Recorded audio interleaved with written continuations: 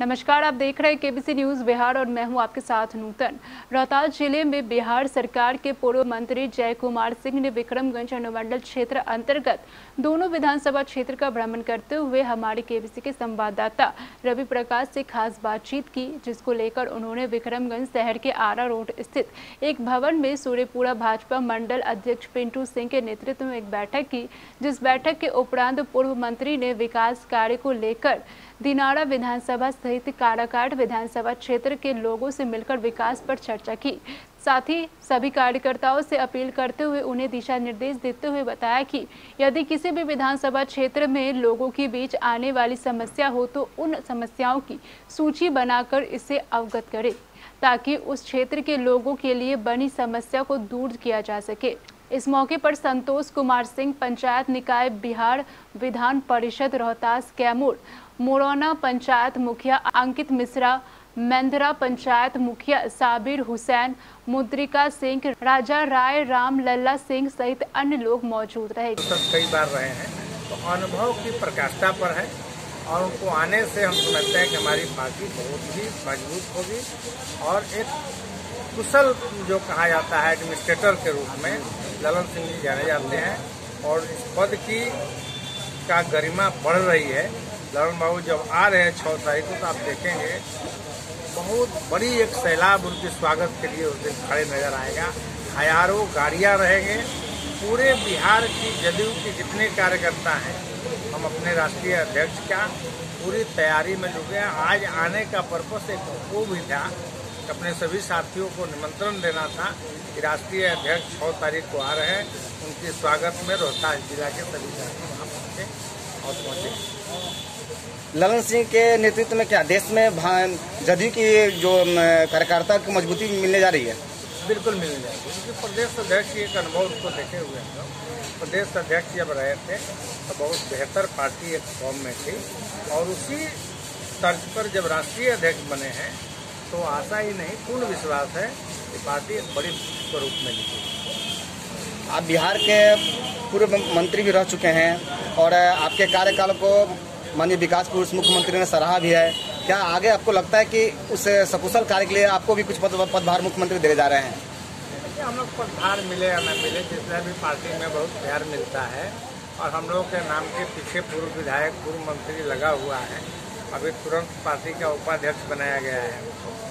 तो हम लोग को पार्टी की पद के लिए नहीं, पार्टी हमारी है, पार्टी में हमारी जुड़ी हुई अस्मिता है और उस अस्मिता को बचाने के लिए पार्टी को हम लोग मजबूत करते हैं। क्षेत्र भ्रमण के दौरान आप जनता को क्या संदेश देने जा रहे हैं? देखिए, जनता हम लोग यहाँ के बहुत जागरूक हैं और बहुत बेहतर रहा है और ख़ास तौर पर हमारा जो कंस्टिट्यूंसी रहा है, एनडीए का कंस्टिट्यूंसी रहा है।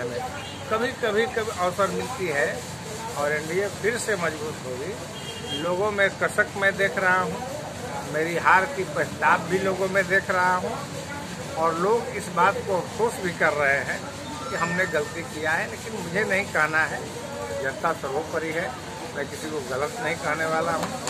मैं अपनी गलती ढूंढ रहा हूँ तो मुझसे कहाँ चूक हुई कि मैं चुनाव हारा, और यही घूम करके जानने का प्रयास कर रहे हैं कि हम लोगों ने कहाँ कहाँ चूक किया है, कहाँ गलती किया है और उसको सुधारेंगे। तो क्या आपको लगता है अगले विधानसभा चुनाव जो होने वाली उसमें आपकी विजय होने वाली है? चुनाव तो हारने की कभी कल्पना भी नहीं था, दुर्भाग्य है और हार की कहानी में नहीं जाना चाहता हूँ। लेकिन आने देखिए, एक तो उनका ही मैं बात नहीं करता हूँ, मैं कभी उनका जो लीडर है उनको मैं कहता हूँ। आप लोग कभी टीवी पर देखे होंगे, जब वो अपनी हार की समीक्षा कर रहे थे तो पहला कमेंट हमसे लिया गया था और मैंने कहा था कि तेजस्वी जी को अपनी जीत की समीक्षा करनी चाहिए। तो वो अनायास इतना कैसे जीत गए, इसकी समीक्षा उनको करना चाहिए था। वो कोई अपने कारणों से नहीं जीते हैं, अपनी उपलब्धियों से नहीं जीते हैं। हमारी गठबंधन की कुछ नाकामी रही जो विपक्ष को जीत हासिल हो गई। ये जो कह रहे हैं, इन लोग का एजेंडा में विकास नहीं है। ये तो किसी लड़ाई से निकल करके तीसरे कोण जीत जाता है। तो अभी समय मिला है, ये कहेंगे कि दिनारा को जो बचा हुआ काम है उतना भी करके अफ्रीका है। बेहतर कार्य करें। अब जनप्रतिनिधि हो, हम लोग किसी पर अनर्गल कमेंट नहीं करते हैं, लेकिन वो अच्छा काम करेंगे तो जनता उनको फिर से पसंद करेगी। अभी तो बेकाम को उनको जिता दिया गया है और 2 लड़ाई में वो जीत गए, तो कोई उनकी अपनी उपलब्धि नहीं रही है कि उसको जीत का कारण उनका अब है, क्योंकि भूमिका में है जनप्रतिनिधि के। बेहतर भूमिका यदि करेंगे तो जनता उनको अवसर देगी, और नहीं तो जनता जिस प्रकार से हम लोगों के साथ बर्ताव वैसे ही हो जाएगा। अभी सर बिहार के राजनीतिक जगत में एक नई उछाल देखने को आ रही है कि जो कि उपेंद्र कुशवाहा, जो कि पहले पूर्व में विधानसभा चुनाव से पूर्व नीतीश सरकार की खींचातानी में लगे हुए थे, लेकिन पुनः वो जदयू का बैसाखी का सहारा लिए। क्या इसका कारण क्या है? लेकिन बैसाखी का सहारा नहीं कहा जा सकता है, और राजनीति की अलग अलग भूमिका होती है। देखो, राजनीति जब विपक्ष की भूमिका में रहती है तो बेहतर विपक्ष की भूमिका करना चाहिए, लेकिन राजनीति जब सहयोगी की भूमिका के लिए बनाया गया हो तो सहयोग भी खुलकर करना चाहिए। इन दिनों उपेंद्र जी बिहार की नंबर 1 पार्टी का बनाने का एक शपथ लिए हैं, बेहतर सामंजस्य स्थापित किए हैं मुख्यमंत्री से, और पूरी बिहार की भ्रमण कर रहे हैं। और भ्रमण के कार्यक्रम आप देखे होंगे, जिस प्रकार मुख्यमंत्री का स्वागत हर जिला में होता है, उसी प्रकार से उपेंद्र जी का स्वागत हो रहा है। पूरी तरह जदयू का पुराना साथी रहे हैं, थोड़े दिन विच्छेद हुआ, विपक्ष में गए, लेकिन जब आए हैं पूरी मन बना कर आए हैं, और पार्टी को उनसे आने से बहुत बेहतर लाभ हुआ। अभी इनको जदयू राष्ट्रीय संसद बोर्ड का अध्यक्ष बनाया गया है। क्या लगता है कि इनके कार्यकाल में चुनाव किस प्रकार करवट अगली चुनाव ले सकती है? देखिए, राष्ट्रीय संसदीय बोर्ड का अध्यक्ष की भी एक बड़ी भूमिका होती है। जिस समय टिकट की दौड़ चलती है, संसदीय बोर्ड का अध्यक्ष सर्वोपरि होता है, तो बेहतर एक पद दिया गया है उनको। और ये चुनाव निश्चित है कि यही गठबंधन है, एनडीए गठबंधन रहेगी, इसमें किसी प्रकार की कोई दरार आने वाली नहीं है, और हम सब मिलजुल करके एनडीए गठबंधन से चुनाव लड़ेंगे।